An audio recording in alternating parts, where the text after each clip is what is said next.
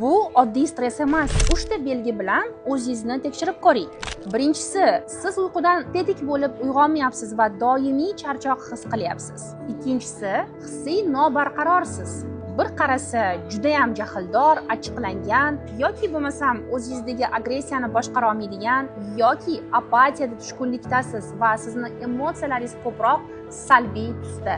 Uchinchi belgi, sizni kognitiv funksiyalaringiz sustlashgan, ya'ni miyani faoliyati, diqqatingizni jamlashga qiynalasiz, qaror qabul qilishga qiynalasiz va xotirangiz yomonlashgan.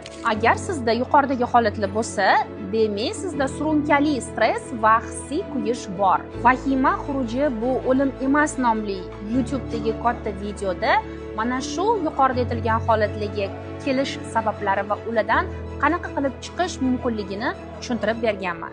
Video profil shapkasidagi linkda albatta ko'ringlar. Video bepul.